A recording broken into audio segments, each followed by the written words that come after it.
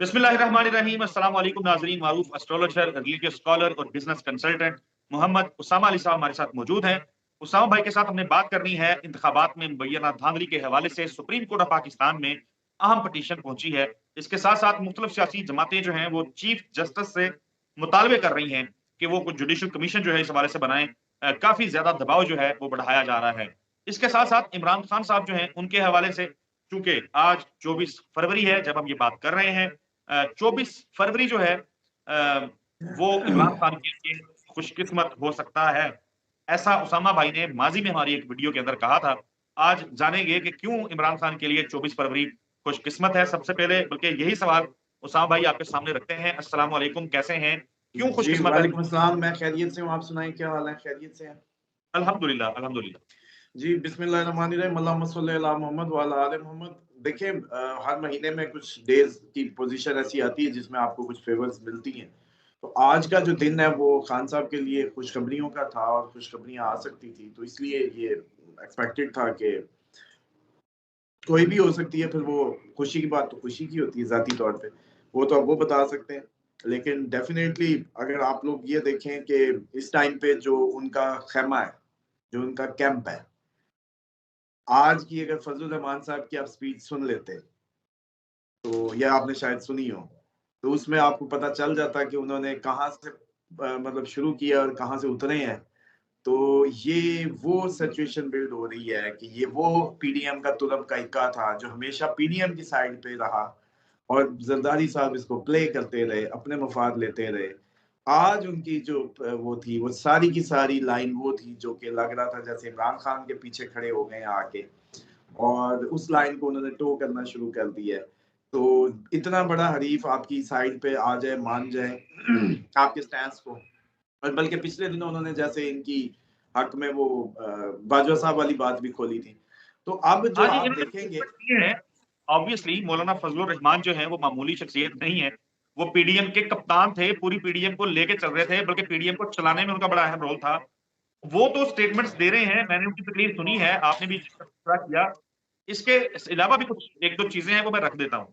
Emil वली Khan ANP के जो सरबराह हैं उन्होंने कहा है कि चीफ जस्टिस साहब, आप धांधली में हम नहीं कहते कि आप मुलव्वस हैं, मगर आप, वो कह रहे हैं, मैं नहीं कह रहा, मैं तो गुस्ताखी नहीं कर सकता चीफ जस्टिस के आगे, कि आप, मगर आप गुलाम हैं। वो उन्होंने कहा है कि आप हिम्मत करें, जुडिशियल इंक्वायरी करवाएं इंतखाबात में धांधली के हवाले से। और इसके साथ साथ जो बड़ी खबर है वो ये है कि गुज़िश्ता रोज शेर अफजल मरवत साहब जो हैं उन्होंने इंतखाबी नताइज को चैलेंज किया है। सुप्रीम कोर्ट ऑफ पाकिस्तान में उन्होंने दरखास्त दायर की है और मुतालबा किया है, और उस दरखास्त में है कि chief election commissioner Sikandar Sultan Raja और इलेक्शन कमीशन के जो दीगर मेंबरान हैं उनकी तैनाती को मुस्तलद करार दिया जाए। आप फ्री एंड फेयर नहीं करवा सकते। देखिए इसमें तो आप अभी माजी की अपनी गुफ्तगू या प्रोग्राम्स देखें जिसमें हम बता रहे थे कि इस्तीफों की बारिश होगी, इस्तीफे आएंगे, तो ये उन्हीं के मुंह बन रहे हैं। और जिसका जिसका कहा था, निशानियों में आपको बताया था, उन्हीं उनके पे ही इल्ज़ाम शुरू भी हो गए हैं और ये सारी चीज़ें अभी लेटेस्ट हैं। प्लस ये है कि आपको ये कहा था कि ये हल्के आहिस्ता आहिस्ता वापस होते जाएंगे, इट टेक्स टाइम, लेकिन होंगे। और ये कोर्ट के ज़रिए ये सारी जंग चलेगी। और इस दफ़ा ये लोग जितनी मर्ज़ी कोशिश कर लें, इस दफ़ा ऐसा नहीं होगा, जिस तरीके से ये लोग सोचते रहे। और आप देख रहे हैं फजलुर रहमान साहब का रिएक्शन जो है, इतना स्ट्रेट, इतना क्लियर रिएक्शन, मैं समझता हूँ उस कैंप से आना, और जो पहले मतलब पीडीएम को लीड कर रहा है इमरान खान के लिए एक बहुत अच्छी बात है इस वक्त में, क्योंकि ये वाहिद बंदा है जिसके पास इसी की स्ट्रीट पावर पे ये प्ले करते रहे हैं हमेशा पीडीएम जी। वाले। और क्योंकि इनका तो कोई निकलने को नहीं है। बिलावल साहब ने भी कोशिश की एक दफा, वो थोड़ी सी सैर सपाटा किया इसी तरीके से। नून लीग की भी आपको पता है कि वो स्ट्रेंथ नहीं है स्ट्रीट पे लोगों को लाने की, जैसी पीटीआई की या तारुल कादरी या ये मौलाना साहब की थी। तो मैं समझता हूँ बल्कि उन्होंने बड़ी जिहाद और बड़ी और भी लैंग्वेज यूज की है, और ये मैसेज बड़ा ही स्ट्रेट था समझने वालों के लिए। और इमरान खान के लिए मैं समझता हूँ कि ये आज की खुशखबरी से कम नहीं है। बेशक उसको जरूरत नहीं है, लेकिन जो एक ओवरऑल अरीना बना हुआ है उसमें बड़ा ही जरूरी होता है कि आपके जो मौकिफ हो उसको सपोर्ट दुश्मन भी कर दे।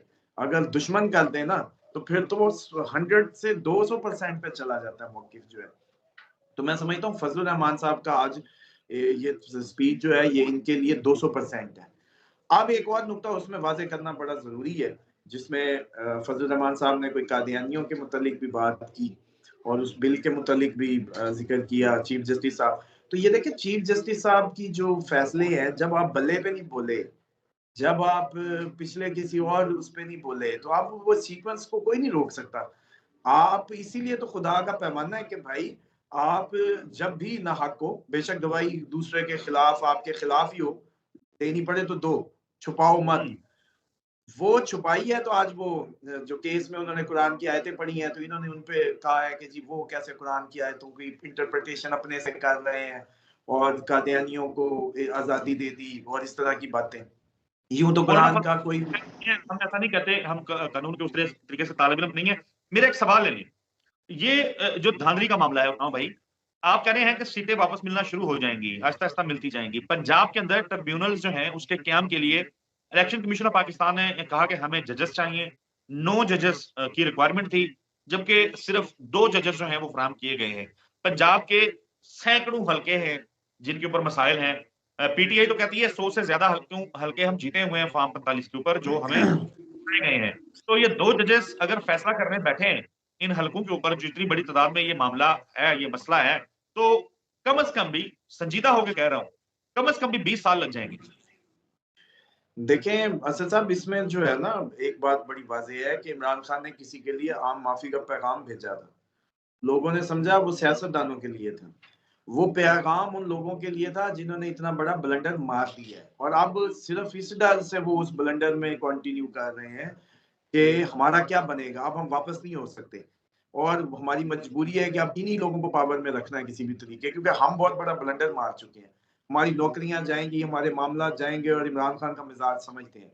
और इमरान खान अब जिस पावर से आएगा, अब तो नहीं संभाला जाएगा। तो ये जो दो फैक्टर रोकने में है, एक तो इमरान खान की अब जो पावर है, यही असल पावर लेके अगर कोई इक्तदार में आए तो कुछ करने के काबिल होता है, मुल्क की तकदीर बदलने, मुल्क के हाश फैसले लेने, क्योंकि अवाम पीछे खड़ी होती है। और जिसको यूं जबरदस्ती अवाम जिसके पीछे आके खड़ी हो जाए, तो वो तो उसकी तो ताकत का अंदाजा ही क्या लगाना है आपने। ये एक फैक्टर है जो डरा रहा है कि अब अगर ये आ गया तो ये हमारा क्या करेगा, हम तो बरंडर ही इतना बड़ा मार चुके हैं। तो उसके लिए पैगाम आया था कि हम आम माफी का ऐलान करते हैं, आप लोग परेशान ना हो। तो ये वो उन लोगों के लिए है। तो ये जो सुप्रीम कोर्ट आपने 2 साल का कहा है ना कि 2 बंदे दिए, ये लिंगर ऑन टैक्टिस जितनी भी है ना, ये 2 माह के अंदर अंदर वाइंड अप हो जाएगी। बस अप्रैल तक ये वाइंड अप होगी। यानी धांधली वगैरह के मसाइल अप्रैल तक वाइंड अप हो जाएंगे, आप ये कह रहे हैं? उम्मीद है कि ये सारे सिलसिले खत्म हो चुके हों, ये अपनी कोशिशें कर करके थक चुके हों। आपने एक और नुकता नहीं गौर किया कि एमकेएम जो आपकी बात थी, एमकेएम जो पीछे हो रही है, कौन पीछे कर रहा है उसको? और वो लाडला रोने वाला, मैंने कहा तो सारी जिंदगी रोता रहेगा, किधर गया? एमकेएम तो देखिए गुज़िश्ता रोज़ हमने देखा वो मीटिंग्स कर रही है, वो तो उनसे मुलाकातें कर रही है। कर रही है, लेकिन अभी तक तहफ़्फ़ुज़ात इसकी क्या क्या मतलब पीती का शोरबा, इनकी क्या वो है वक़ात है जो सारी तोहफ़े की सीटें हैं और हम हमारे तहफ़्फ़ुज़ात हैं अभी। ओ भाई तुम लोगों का हमें सबको पता है कि किधर से आए हो, है ना? किधर जाओगे। हो सकता असल है मुझे बात पे नहीं पहुँच रहे आप, जो पहुँचने की बात है कि लाडले को मज़ीद प्रेशराइज़ कर करा के ये सारी सिचुएशंस बिल्ड की जा रही हैं। लाडला गुमसुम होके घुटी, अब भाई चौथी बार का वज़ीर आज़म जी, ये मैंने कहा रो पड़ेगा। अब आप बताएं कि वो नजर ही नहीं आ रहा है किधर। मुझे नज़र आया गुज़िश्ता रोज़ अच्छा, जब मरियम नवाज़ साहिबा हलफ उठाने गईं, तो वो नवाज़ शरीफ का पोस्टर हाथ में पकड़ के गईं और उन्होंने अपनी सीट के आगे टाँग दिया नवाज़ शरीफ को, बताया कि ये नवाज़ शरीफ मौजूद है इस असेंबली के अंदर। अच्छा, अच्छा, बिल्कुल ठीक है। बस ऐसे ही रहेगा ख्वाबों और ख़्यालों में अब, क्योंकि इसके अलावा तो बहुत मुश्किल है। जो हाथ हो चुका है, जो सूरत-ए-हाल है, वो तो आप सबने देख ली। तो अब असल में ये है कि ये इतनी हुकूमत बन तो ज़बरदस्ती जितनी स्पीड लगी हुई है, इसमें कुछ डरपोक लोग हैं जो बड़ा कांड कर चुके हैं। वो अब चाह रहे हैं कि हमारी नौकरियाँ नहीं बचती अगर ये क हुकूमत नहीं बनती। मुझे वो ये लेकिन आस जो है ना, वो 2 माह में ख़त्म हो जाएगी। फिर मैंने आपको याद है बड़ी क्लियरली कहा था कि भाई इस मुल्क के साथ पुरानी प्रैक्टिसेस के मुताबिक अब प्रैक्टिस ना करना। जो भी करोगे और जो भी करोगे वो भरोगे। और एक और आप पहले पोस्टर तैयार करके रख लें। जो 70 सालों के दिए वाली बात हम बारहा कर रहे थे, पूरे पाकिस्तान में अब तक किसी ने ना की थी, ना कोई इंडिकेट की थी। आज फजलुर रहमान साहब की स्पीच, एमल वली की स्पीच, पूरी पीटीआई, आपके भी और लोग भी इसमें नजर आएंगे।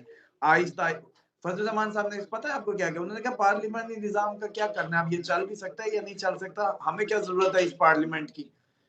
आप समझे? वो जो मैं कह रहा था कि पावर शिफ्ट होने जा रही है, डिसेंट्रलाइज होने जा रही है, उसकी निशानियां भी आ रही हैं। प्लस आपने कभी सोचा था कि यूं खड़ा होके कहेगा कि पार्लियामेंट में जाके क्या करना है? जो इमरान खान को कहा करते थे कि मुहज्जिब हो जाएं, पार्लिमानी जबान इस्तेमाल करें, पार्लियामेंट से मौलाना बाहर ना आए, आज वो किधर खड़े हैं? आज वो खुद मौल- कह रहे हैं पार्लियामेंट के हमें क्या जरूरत है। मौलाना समझ रहे थे कि उनको बलूचिस्तान में हुकूमत मिल जाएगी, वो समझ रहे थे कि वो सदर मुमलिकत बन जाएंगे, वो नहीं हुआ, वैसा नहीं हुआ जैसा ख्वाब मौलाना ने देखा था। तो यकदम उनके अंदर से इनकलाबी निकल के आया है, वरना मौलाना साहब जो है वो भी पूरे दिनों के हैं और उन्होंने लेकिन सर इस इनकलाबी नहीं, आपको 16 पता है महीने मेरा 1 सेकंड 16 महीने उन्होंने पीडीएम की गोद में बैठ के बल्कि पूरी जमातों को अपनी गोद में बिठा के इस हुकूमत को चलाया, और अब आके तो याद आ गया है कि मुल्क में ये हो रहा है, नाइंसाफियां हो रही हैं। तमाशाई, खामोश तमाशाई मौलाना साहब बने रहे। मौलाना के बेटे वजीर थे, मौलाना की पार्टी वजारतें लेके इंजॉय करती रही, मौलाना के ख्वाब तबाह हुए हैं, ख्वाब मलिया मेट हुए हैं, तो उनको आज सारा कुछ याद आया। एक बात सिर्फ सुन लें, मौलाना ये जो पार्लिमानी निजाम वाली बात कर रहे हैं, इसकी एक वजह, बड़ी वजह ये है कि दुनिया की एक सबसे बड़ी दहशतगर्द जो तंजीम है, उस तंजीम की जानिब से मौलाना को धमकियां दी गई थी, इनके लोगों के ऊपर हमले हुए, जिसकी मजम्मत हम भी करते हैं। और उन्होंने एक दिबाचा जारी किया था कि आप इस्लाम का नाम लेते हैं और पार्लिमानी सियासत करते हैं। अब जब मौलाना को नजर आ रहा है कि मुझे इक़्तिदार तो मिला नहीं, मैं सदर मुमलिकत तो बना नहीं, तो इन्होंने कहा अच्छा वो जेडे डरा रहे सन, उन्होंने भी दस दिए कि मैं अंदरों विचो विचो में पार्लिमानी निजाम के खिलाफ हैगा। ये क्या बात है? आप खुल के आए, अब आके इक़्तिदार नहीं मिला तो आप आगे। जितनी है, लेकिन देखिए असद साहब एक बात बड़ी क्लियर है, देखिए हम तो वो क्या कहते हैं करबला के स्टूडेंट्स हैं, और करबला में हो आखिरी लम्हे में वापस इस कैंप में आ गया था, तो हमेशा हिदायत का रास्ता आखिरी कलमा है उस तक रहता है। बाकी ये वजह कोई भी हो, वजह कोई भी हो, जहां तक उन्होंने बात की है ना, देखें हम इस तरीके से नहीं अहले इल्म बात को तोलते हैं, बंदा बात की बात है। बात जो वो इस दफा कर रहे थे ना, उसमें जितनी स्ट्रेट थे, जितनी क्लैरिटी थी, वो भी अगर कर दी है ना, तो ठीक है। पिछला देखें, हम माजी में किसी के भी, आप आज कलमा पढ़ के मुसलमान हो जाए, मैं आपको क्या कह सकता हूँ सर। तो सेम बात यह है कि हमने आज को तोलना सीखना है। आज जो बात की है, वजह उनकी ख्वाबों का टोकरा गिरने की हो, कोई भी रीजन हो, लेकिन आज जो बात कर गए हैं, जिस टून में, जिस लहजे में, वो बड़ा कुछ बता रही है, और वो नक्शा खींच रही है अगले, जो मैंने आपको बताया था कि ये पावर जो है शिफ्ट होगी और ट्रांसफॉर्म होगी और डिसेंट्रलाइज हो जाएगी। बिल्कुल ठीक है। हाँ भाई, बहुत शुक्रिया। अल्लाह करे जैसा आप कह रहे हैं ऐसा ही हो। बिल्कुल हम उनकी नीयत पे शक नहीं कर रहा मैं सिर्फ़ माज़ी बता रहा था कि बहुत क माज़ी करीब में हमने देखा है, ज़मीन गरम कर देंगे, इस किस्म की धमकियाँ दी जाती थी मौलाना फज़लुर रहमान की जानिब से। खैबर पख्तूनख्वा में और ख़ास तौर पे जो जमात इस वक़्त मुश्किलात का शिकार है, तहरीक इंसाफ, उसके कारकुनान को अब मौलाना फज़लुर रहमान की अपनी ज़मीन जो है वो गरम हुई है। तो मौलाना फज़लुर रहमान चलें, देर आए, दुरुस्त आए। देखते हैं वो क्या रंग भरते हैं इस पूरी महफ़िल के अंदर। हमें इजाज़त दीजिए नाज़रीन, दुआओं में याद रखें। अल्लाह हाफ़िज़।